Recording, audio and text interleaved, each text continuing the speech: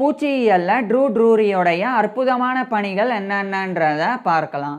True ட்ரூரி இங்கிலாண்டை சேர்ந்த ஒரு பூச்சியியல் நிபுணர்.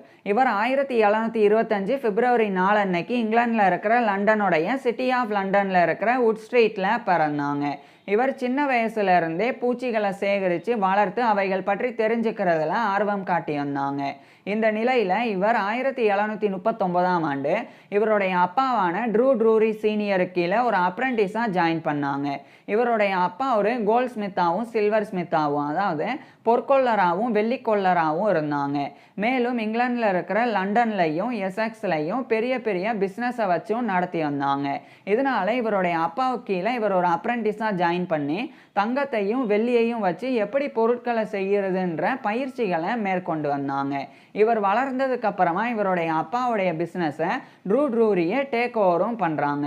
அது மட்டும் இல்லாமல் இங்கிலாண்டோடைய லண்டன்லையும் எசெக்ஸ்லையும் இருக்கக்கூடிய இவருடைய அப்பானால் நடத்தப்பட்ட ஃப்ரீ ஹோல்ட் ஹவுசஸையும் இவரே நடத்த தொடங்கியிருந்தாங்க.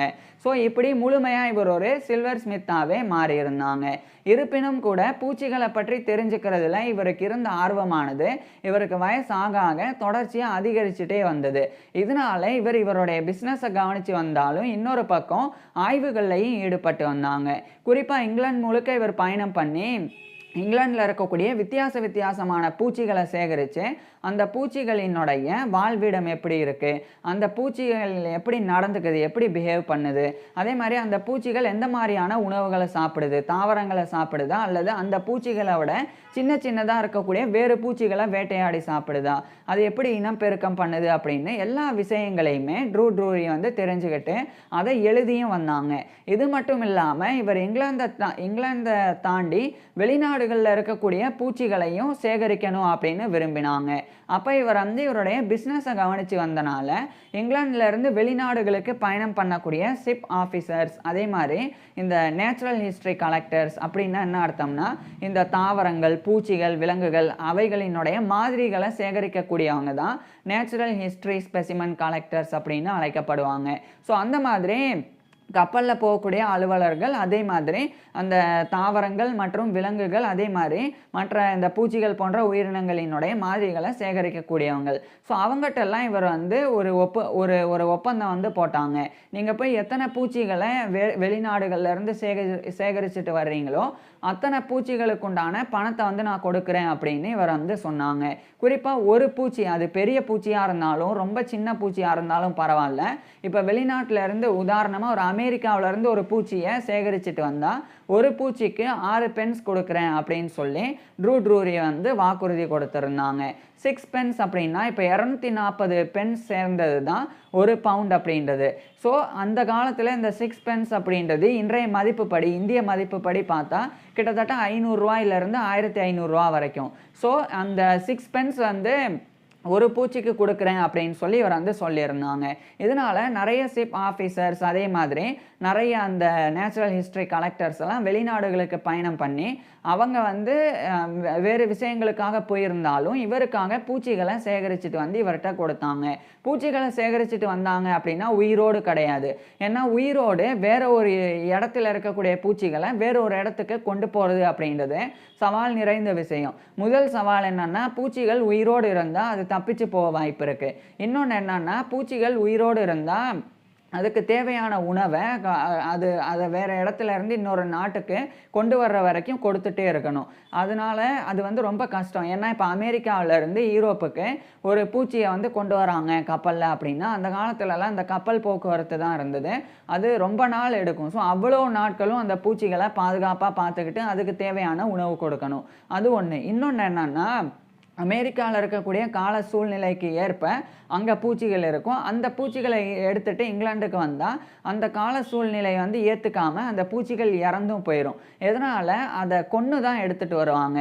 கொல்லுவாங்க அப்படின்னா அதுக்கு சில முறைகள் இருக்குது. ஃபஸ்ட்டு பூச்சிகளை பிடிக்கணும். வலை போட்டு பிடிக்கிறது. இப்போ பட்டாம்பூச்சிகளாக இருந்தால் வலை போட்டு பிடிக்கிறது. அதே மாதிரி இலைகளுக்கு கீழே ஒளிஞ்சிருக்கக்கூடிய சின்ன பூச்சிகளாக இருந்தால் அதை கையாலேயே பிடிக்கிறது. அது மாதிரி பிடிச்சிட்டு ஒரு பெட்டிக்குள்ளே போடுவாங்க. அந்த பெட்டிக்குள்ளே சயனைட் மாதிரியான சில விஷ வாயுக்கள் இருக்கும். அதை வச்சு அந்த பூச்சிகளை கொன்னுருவாங்க. அதுக்கப்புறமா அந்த பூச்சிகளை வந்து சரியாக வந்து சில கெமிக்கல்ஸை பயன்படுத்தி அதை வந்து உலர்த்தி ட்ரை ஆக்கிடுவாங்க. அதுக்கப்புறம் ஒரு பெட்டியில் அதை பாதுகாப்பாக வச்சு எடுத்துகிட்டு வருவாங்க. ஸோ அதை பார்க்குறக்கு அப்படியே உயிரோடு இருக்கக்கூடிய பூச்சி மாதிரியே இருக்கும். ஸோ அந்த பூச்சி மாதிரிகளை தான் இவர் வந்து கேட்டாங்க. அதை தான் நிறைய பேர் கொண்டு வந்து கொடுக்கவும் செஞ்சாங்க. அதை வச்சு இவர் வந்து ட்ரூ ட்ரூரி வந்து நிறைய இனங்களை வந்து சேகரிச்சிருந்தாங்க. இந்தியா, ஜமைக்கா, அமெரிக்கா, அதே மாதிரி குறிப்பாக வெஸ்ட் ஆஃப்ரிக்காவில் இருக்கக்கூடிய சியரா லியோன் மாதிரியான நாடுகளில் இருந்தெல்லாம் நிறைய பூச்சி இனங்கள் இவருக்கு கிடச்சிருந்தது. அதெல்லாம் புதுசு புதுசாக இருந்தது. ஏன்னா இங்கிலாந்தில் ஒரு வகையான பூச்சிகள் இருக்குது அப்படின்னா அதுக்கு அப்படியே மாறா வெவ்வேறு நாடுகளில், குறிப்பாக வெவ்வேறு யூரோப்பை தாண்டி வெவ்வேறு கண்டங்களில் வெவ்வேறு மாதிரியான பூச்சி இனங்கள் இருக்கும். அதெல்லாம் பார்க்குறதுக்கு வித்தியாசமாகவும் அற்புதமாகவும் இருக்கும். அந்த காலத்துலலாம் பெருசாக யாருமே அந்த அளவுக்கு பயணம் பண்ண மாட்டாங்க. அதே மாதிரி தொழில்நுட்ப வசதியும் கிடையாது. அதனால் ஒரு இடத்துல இருந்தபடியே வேறு ஒரு இடத்துல இருக்கக்கூடிய பூச்சிகள் எப்படி இருக்கும் அப்படின்றத தெரிஞ்சுக்க முடியாது. அதனால் ட்ரூ ட்ரூரி வந்து வெளிநாடுகள்லேருந்து புதுசு புதுசாக சேகரித்து வந்திருந்த பூச்சிகள் அதுக்கு வந்து இவர் வந்து பேரிட்டாங்க. பேரிடுறது அப்படின்னா சாதாரணமாக இவர் பேரிடலை. காரல் லின்னேயஸோடைய பைனோமியல் நோமன்க்ளேச்சர் சிஸ்டமை பயன்படுத்தி தான் பேரிட்டாங்க. அதாவது காரல் லின்னேயஸ் அப்படின்னு சொல்லி ஸ்வீடனை சேர்ந்த ஒரு பயாலஜிஸ்ட். அவர் வந்து ரொம்ப தலை சிறந்த ஒரு உயிரியலாளர். அவர் இந்த விலங்குகள், உயிரினங்கள் இது போன்ற தாவரங்களுக்கெல்லாம் பேரிடக்கூடிய ஒரு முறையை வந்து வகுத்திருந்தாங்க. ஏன்னா அந்த காலத்துலலாம் இங்கிலாந்தில் ஒரு பூச்சி இருக்குது, அதே ஒரு பூச்சி வந்து ஸ்வீடனில் இருக்குது. அப்படி இருந்தால் இங்கிலாந்தில் அந்த பூச்சிக்கு ஒரு பேர் இருக்கும், ஸ்வீடனில் அந்த பூச்சிக்கு இன்னொரு பேர் இருக்கும். இதனால் ஆராய்ச்சியாளர்களுக்கு அந்த பூச்சி பற்றி ஆய்வு செய்யும்போது அது என்ன பூச்சி அப்படின்னு தெரிஞ்சுக்கிறதுக்கு குழப்பம் இருக்கும். இப்படி இந்த குழப்பம் ஏற்படக்கூடாது அப்படின்றதுக்காக காரல் லின்னேயஸ் வந்து பேரிடக்கூடிய ஒரு முறையை கொண்டு வந்தாங்க. அந்த முறையானது உலகளாவிய அளவில் ஏற்றுக்கொள்ளப்பட்டது. அதாவது உலகம் முழுக்க ஒவ்வொரு விஷயத்துக்கும் ஒவ்வொரு பேர் இருக்கலாம். உதாரணத்துக்கு மனிதர்களை வந்து தமிழில் மனிதன் அப்படின்னும் இங்கிலீஷில் ஹியூமன் அப்படின்னும் சொல்லலாம். ஆனால் இதுக்குண்டான சயின்டிஃபிக் நேம் வந்து ஹோமோசெஃபியன்ஸ் அப்படின்றது. ஸோ இந்த ஹோமோசெஃபியன்ஸ் அப்படின்னா மனிதர்களை தான் குறிக்குது அப்படின்னு உலகத்தில் இருக்கக்கூடிய எங்கேருந்து சொன்னாலும் சயின்டிஃபிக், அதாவது அறிவியலாளர்களுக்கு, விஞ்ஞானிகளுக்கு புரியும். ஸோ அந்த மாதிரியான டேர்ம் வந்து கொண்டு வரணும் அப்படின்னு உருவாக்கப்பட்ட அந்த முறை தான் பைனோமியல் சிஸ்டம் அப்படின்றது. அதை கார்ல் லின்னேயஸ் கொண்டு வந்திருந்தாங்க. அந்த முறையை ட்ரூ ட்ரூரி வந்து இந்த காலத்திலேயே பின்பற்றி வந்தாங்க. இன்ஃபேக்ட் சொல்லப்போனால் இங்கிலாந்துலேயே இந்த முறையை பின்பற்றி பூச்சிகளுக்கு பேரிட்ட முதல் நபர் வந்து இவர் தான். ஸோ இவர் புதுசாக சேகரிக்கக்கூடிய பூச்சிகளுக்கு அந்த பூச்சிகளினுடைய இனத்தை வச்சும் அந்த பூச்சிகளினுடைய பண்புகளை வச்சும் பேரிட்டு வந்தாங்க.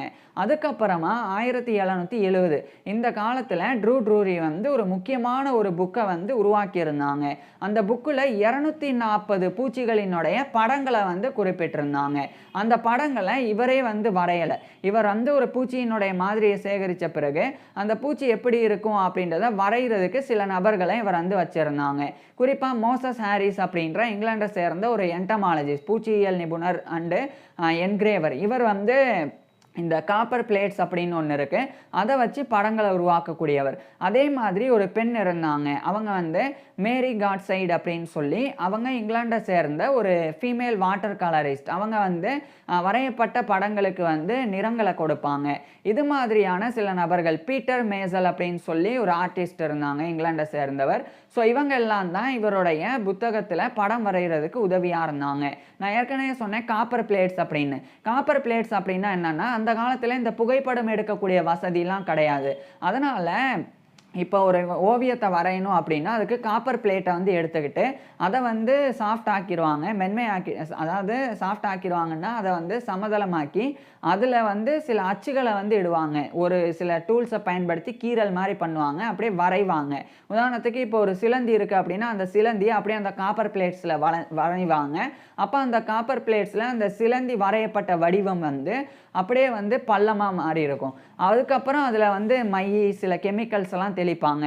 அதுக்கப்புறம் அதில் வந்து பேப்பரை வச்சு எடுத்தால் அந்த பேப்பரில் அந்த வரையப்பட்ட அந்த ஓவியம் அப்படியே வந்துடும். ஸோ அது மாதிரி பிரிண்ட் வந்து எடுப்பாங்க.